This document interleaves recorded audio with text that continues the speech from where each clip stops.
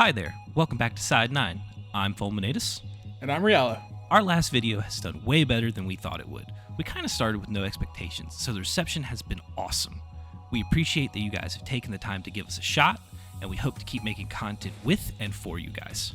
With the full retail release of the Gundam card game just around the corner, we wanted to take a moment to reflect upon Gundam's first format. Sure, Bandai has gone out of their way to label this format as a beta, so it's not like we're evaluating this environment as the real deal. But if nothing else, this format has planted two seeds into people's minds. One, the fundamentals of the Gundam card game, and two, Kira Yamato is as broken in the card game as he is in the source material. So even if the beta format isn't necessarily meant to be treated as the first fully competitive environment for the Gundam card game, like a beta test, we've been given a pretty effective playground to start understanding the game's underlying mechanics and forming opinions of our own. With that said, the early results in this format have made something incredibly clear. Yeah. It's taught us that blue-white is the de facto best thing to be doing so far. Let's talk about it. For starters, let's talk about a core philosophy in the deck. Not to toot our own horns, but we were pretty early to adopt blue-white as the potential best deck in the game. The most glaringly obvious place to start, the average card quality is good. This is probably the most cut and dry card to include on the list. A Show of Resolve is a level 4, 3-cost command that simply says, draw 2 cards. Of course, it's not super hard to conceptualize why getting more cards is good in a card game. I love card games. But to bring the point home, we have a scenario for you. You have a Rizel on the board, and you're going into turn 8. You've managed to get your opponent down to 2 shields, and you've got 3 shields left yourself. The opponent has a pretty scary board with a piloted Ailstrike and a Wing Gundam. All you have in your hand yourself is a Demi Trainer. But then, your draw for turn is a Show of Resolve. Okay, good draw, but we're not out of the woods yet. Based on the opponent's current board state, we'll need to be able to field at least 3 units in order to even stand a chance of winning. The good news is, we've built our deck to have plenty of units, so let's see what a Show of Resolve gets us. We did it! Even though these cards are technically low value at this point in the game, they could still fill a very important purpose, which is winning the game. We'll swing Rizel first, no burst. Let's go ahead and play out all these cards, Demi Trainer, Rizel, then Gun Cannon, and then we'll pass turn. The opponent has plenty of units in their hand after drawing for turn. A Shenlong Gundam, Strike Gundam, and a Strike Dagger. Fortunately for us, none of these cards will be able to immediately affect the board at this point, which is exactly what we were hoping for. The opponent will go for our Rizel Wing Gundam, and we will declare a blocker with our Demi Trainer. We'll take a damage. No burst.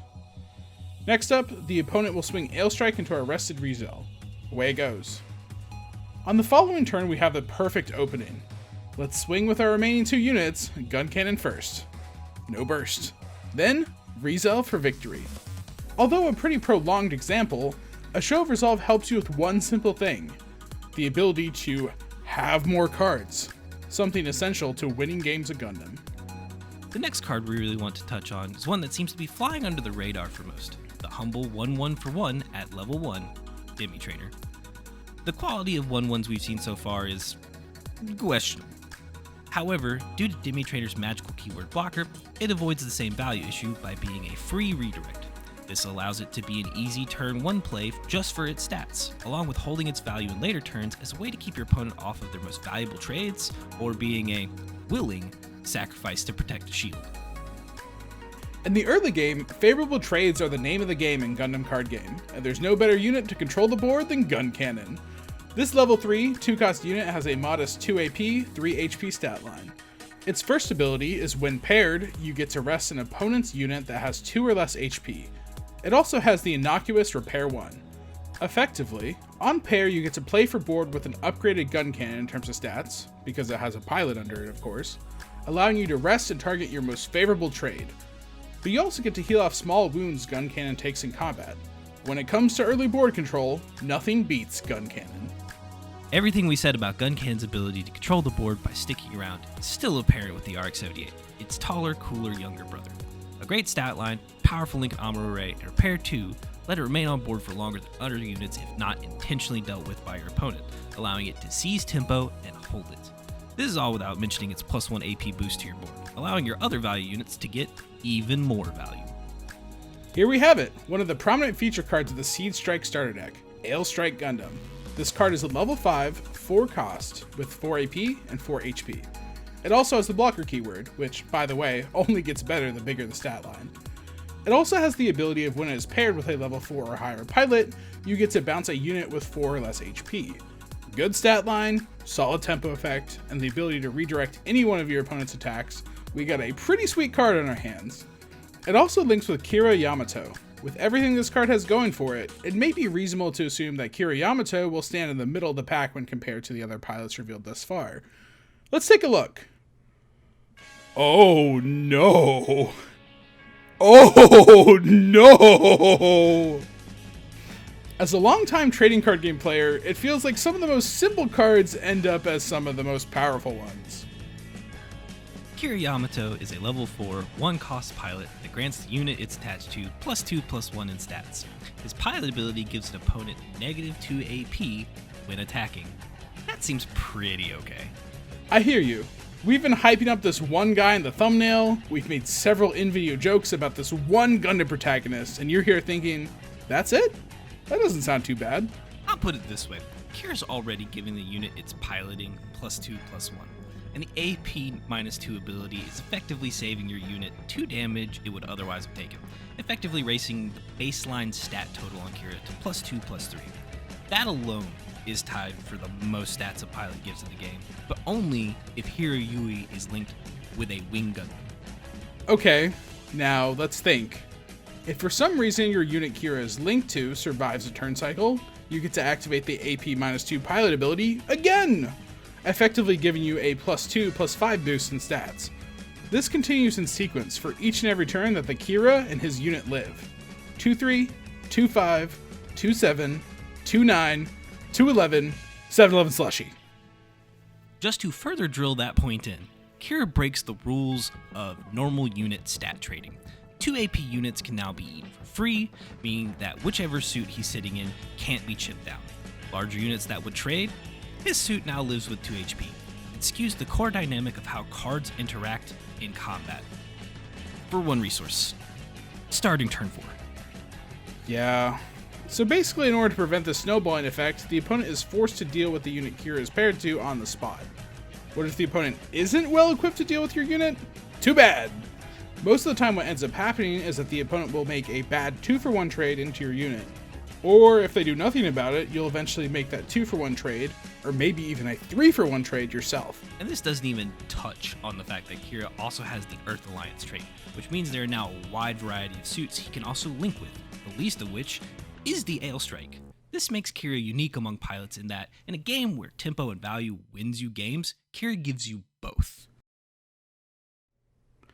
Hey everyone, I'm Midnight Riala, and welcome to my new podcast called Dank or Stank, a deck review show where I ask the brewer some questions, and we answer the all-time most important question for any card game deck builder. Is your deck dank, or is your deck stank? And the room with me, I have Fulminatus. Yeah, of course I'm in the room with you. We're fucking co-collaborators. Did you forget? Yeah, fuck you too. Anyway, so let's go over this blue-white deck that you kind of developed, that I've been playing a bit during beta locals and things like that. And yeah, let's just talk about blue-white in the Gundam card game, during the beta format in particular. So I just first want to ask you, I feel like a lot of deck builders, when they first come up with an idea for a deck, they have a specific reason that they want to build a deck.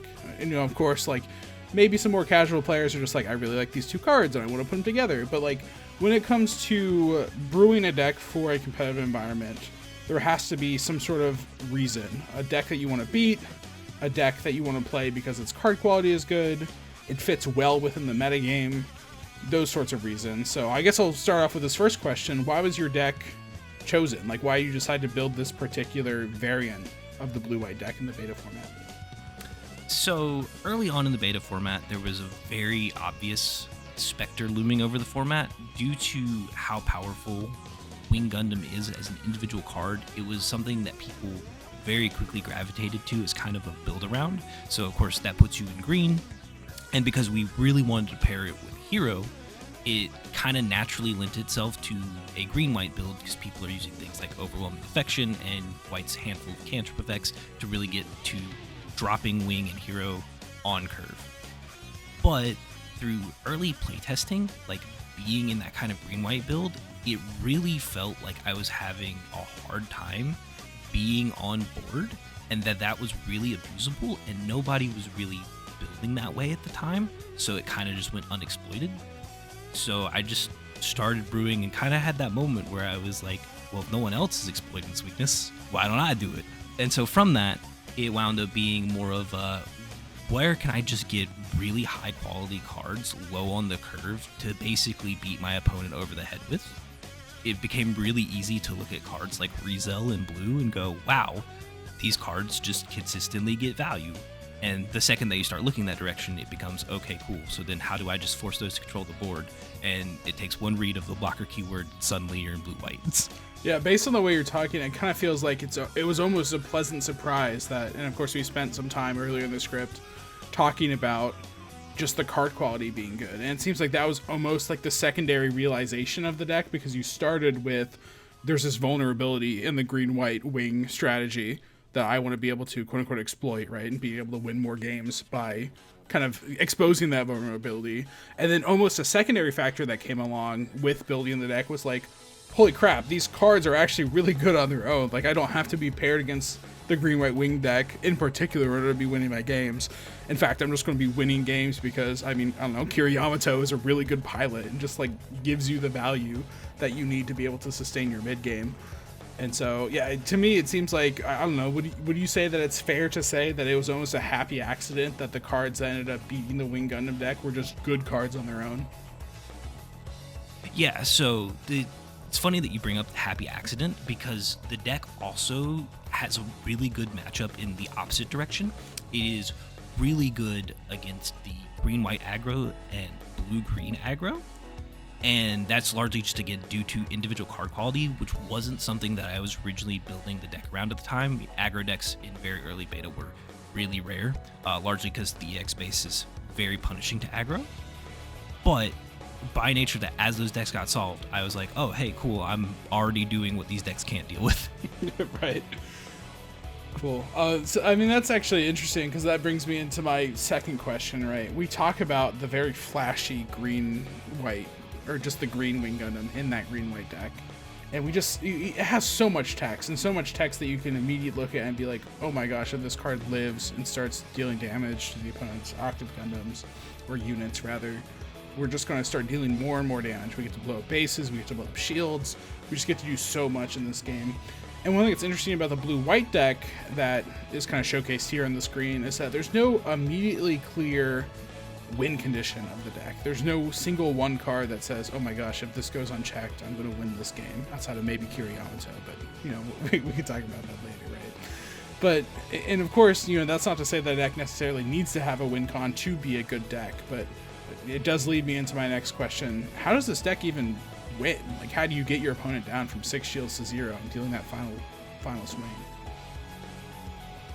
Largely, the way the deck wins is just playing really strong fundamentals. Like, it's almost boring in the way that it normally wins, because it does so by just taking control of the board and then holding it. It just pings 1 to 2 shields every turn, and then every turn your opponent draws their card, looks at your board, and goes, I can't clear that.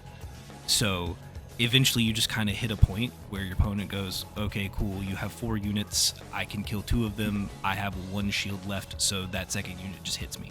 And it just does this by having units that live, or having units that you can get further value out of. Like, one of the best synergies in beta format right now is swing at a shield with one of your blockers and then just use Archangel to reactivate it. So you never lose that blocker, but you do extend the range of damage you have available to you. Yeah, it's like you get the ability to swing out of life without ever having to actually use the blocker. You can still use the blocker's effect and still get the shield. It's almost like having your cake and eating it too, which is pretty awesome. Kind of a follow-up question. This is kind of funny, but like you said, a lot of the cards in the deck, especially the unit cards, try to stick to the field as much as they possibly can. Whether it be, you know, they're paired with Kira Yamato, which just naturally makes your cards more sticky because you're going to be being dealt 2 less damage every single time it swings. Or some of the more low to the ground, like repair cards, like Gun Cannon, or even the stronger RX-78 model that we see in the deck, and just over time, if your card is living on the field, you get more access to what that card can do. You can start swinging at other units. You can start swinging at the shields. You can just do whatever you want, turn after turn, right, with these cards in the field. Yeah. And that's what's going to be winning you the games most often, just through that. Do we even want to describe it as attrition here? Like, is this what this deck is trying to do? Just like win a long game? I wouldn't even necessarily say it's like to win a long game, because the deck is still absolutely, it's playing curve, it's developing its board. So if it goes like unchecked, you're just gonna put 4 dudes on the board and beat your opponent down. Like that's not even really an attrition game. You're going faster. You can go lower than a lot of greedier decks if you realize that, you know, to use card gaming terms, if you realize you're the beatdown and not the control here, then you just do your best to go faster than them. One thing that is interesting, though, is that I feel like if the deck is backed into a corner and being forced to do an attrition game plan, I think it could also play that game pretty fairly well, right? Like, you have the Show of Resolve to get more cards in hand. You know, you have those repair units that will, and Kira Pilot, of course, to be able to win more battles over a long period of time. And so, you know, I think it wouldn't be so much of a stretch to say that if it were to have to play an attrition game, not that it needs to, or that's what it's built to do, but if it has to kind of chameleon into that attrition strategy, then it would do just fine in that scenario as well.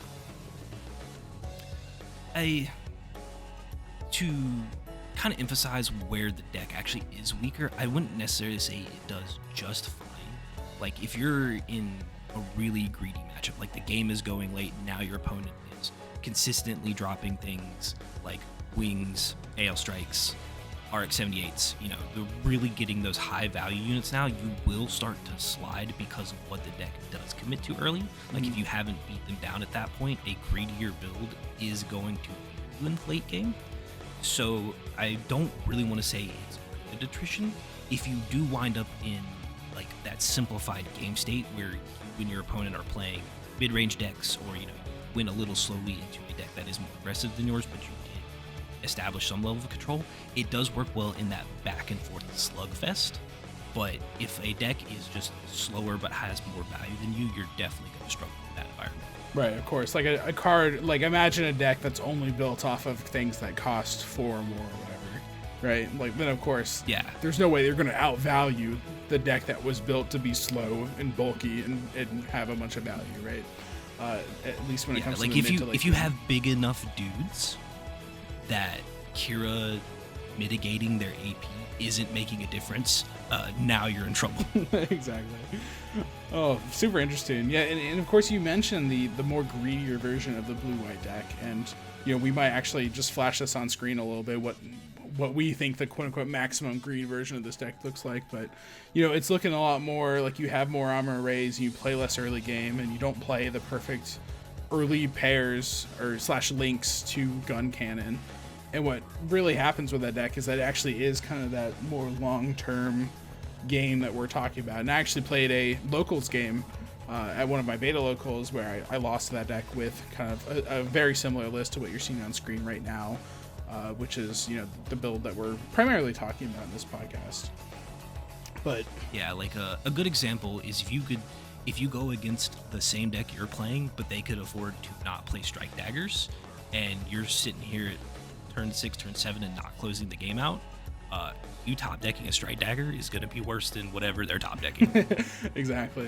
And it's interesting too, because like then you start questioning where it's like, oh, so I lost against this greedier version of blue-white once. Should I just then change my deck to play an exact mirror with them, so at least I got a 50-50 chance, you know, for, you know, lack of a better explanation, right? It's like probably around 50-50. The Dyro probably has a lot to do with that as well, though.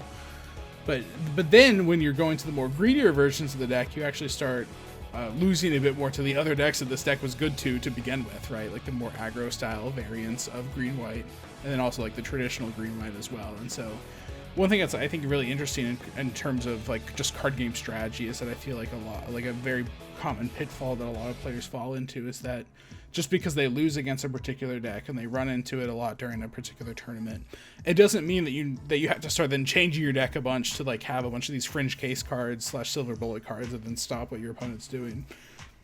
You know, what you have to do sometimes is just acknowledge that you have a bad matchup or two, and you just gotta keep your fingers crossed that you don't you don't sit across it in Swiss, right?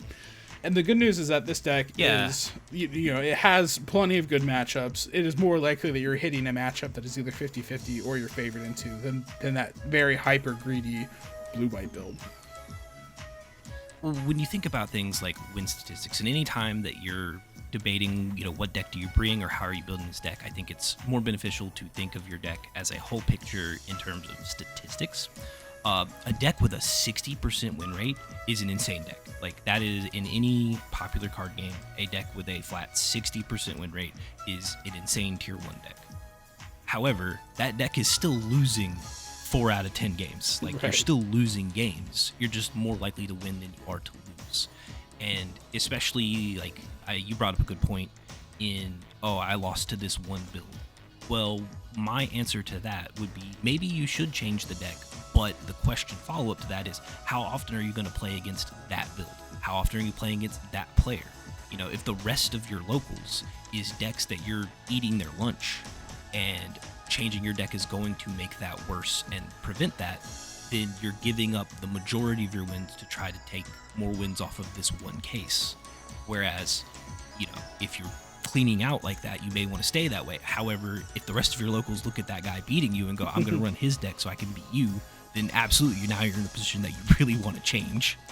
That's honestly, I love this topic just because I think it's relatively unexplored, especially when it comes to locals metas, you know, where just people show up, they play what they like, and it's more of like a casual competitive environment, people say, where, you know, we want to win our games, but at the same time, this is something that happens after work on most nights, and we're just kind of, you know, we want to drink a Mountain Dew, eat some Doritos, and play some Gundam, right? Hopefully not at the same time. Don't touch my cards after you've eaten some Doritos, please, and thank you very much. But surely you see. Don't touch my cards after you drink Mountain Dew. Exactly. Surely, you know, show some decency there, right? But the larger point being, like, this, the locals environment is not one that, you know, players take super seriously. It's just, you know, to get some games in and things like that. But if you want to take the locals meta seriously and you want to tune your deck for your local meta, then of course more power to you, right? Well, the other important thing is that a locals is essentially, it's like a micro meta. You know, we talk about, especially if you're engaged in any kind of card game content or any kind of online discourse about card games, we tend to think of larger metas and like how the game's meta game is playing out as a whole. But your locals is likely not the greater metagame. You have a handful of players there that are playing decks just because they like them. You have a handful of players that are playing decks that they think are good, even if they aren't necessarily as represented in the greater metagame. And so it creates a different matchup environment. You know, I played this deck because a lot of people early on in beta were very focused on this green-white wing build, and it was designed to really take wins off those players. But we've since seen a lot of people are playing blue-white now. They're playing greedier versions of the first time I put this together. I would absolutely not take this deck into that environment because I'm going to start losing more. Right. And that's also another interesting topic where a lot of card game decks are sort of a time and place sort of thing. Quite literally, in the sense that, another 3 boosters have come out since, you know, X amount of months ago, and so that deck is just no longer relevant because we've had 300 plus cards enter the game. But also, even within a meta, right? If there's a significant shift in the types of decks people are playing, then you kind of have to follow suit and follow the meta. Whether or not you're playing a rogue / anti-meta pick, or one that pairs well into the meta picks of the environment, or just picking a meta deck of your own to play and have fun with. There's definitely a lot of shifting that can happen, especially if your local play group is taking the game, you know, probably around as seriously as you are, right? And they aren't just, you know, playing what they like. And of course, there's nothing wrong with that. But yeah, I think that's definitely. Sorry, go ahead. Well, sometimes it's even out of your control. Like, one thing that I play with in the thought experiment all the time is sometimes you have subtle meta shifts in a tournament. Like, if half of your players are playing one deck, but then that deck doesn't convert well, so, you know, half of the field is this one deck and you're built to beat that deck, but then they all took losses in round 2, so you're no longer pairing against those decks. you made a strong meta call because you brought the Silver Bullet to a deck that you're now just not matching up against. I can't tell you the amount of times that I've been at locals and, lost round 1 for whatever reason.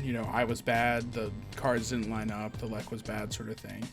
And it was because that I lost round 1 is that I ended up in the sea of off meta, right? That was in the lower bracket of the tournament, for lack of a better term. The one that also, the players that have also lost round 1 alongside me.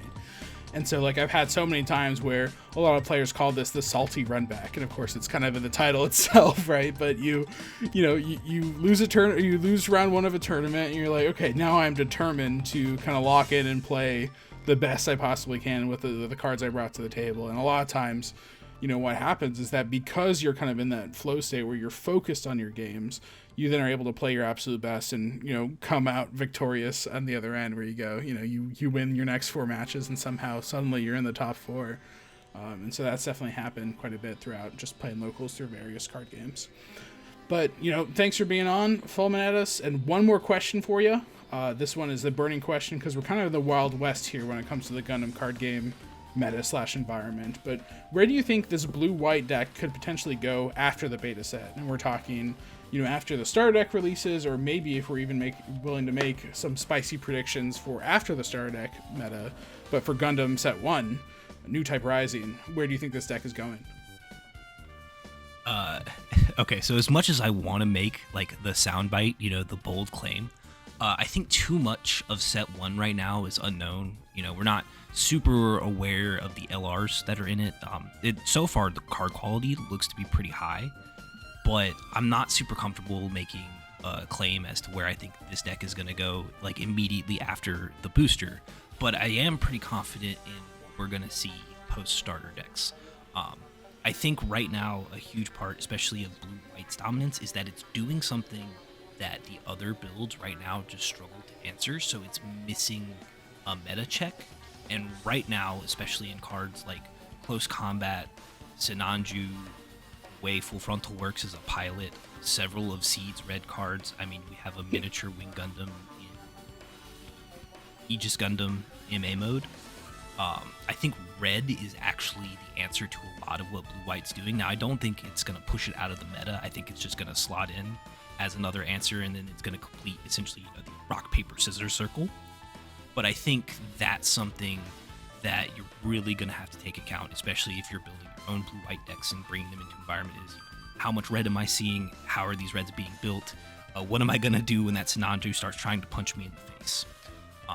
But before we go full doom and gloom, I think blue-white is also getting a ton of new tools. The Wing starter is bringing Tallgeese to the table, and Tallgeese plus Zex is such a good top end for this deck, because not only does it give you a tool that potentially allows you to control the board and make a hilarious card advantage with Tallgeese reactivating and Zex giving you cards when it wins fights, but also you could potentially just pivot into, okay, I got to get through those last couple shields. I have a card that reactivates, so Tallgeese is going shield. I'm putting 4 into it to reactivate Tallgeese to go for shields again, and just essentially trying to blitz your opponent out at the end of the game, right as you come out of that strong mid-game the deck has. Interesting. Yeah, I personally love Tallgeese. And we've definitely had our chats independently on it outside of the channel, but I'm interested in seeing just where it goes, because there's definitely a lot of versatility within that set of cards. Just going straight for the shields or taking a more board-based game plan if the situation calls for it, for sure. And so, yeah, there we have it, the blue-white build of the beta set, and where we think the blue-white build is going to go after the release of the starter decks. Thanks for being on, Fulminatus. I know it's not very often that you're, sitting in the same booth as me, so, appreciate it. No, just just making a funny callback to Here I am beginning. Being grateful to be on my own channel. And, maybe if you want to, step up to the plate and make your own podcast idea, this is Dank or Stank. It's kind of my proprietary, IP or whatever. But, if you want to have your own podcast style, later on in the channel, you're more than welcome to, kind of step up to the plate. But, me rushing to the copyright office right now to trademark this out from under Reala. No.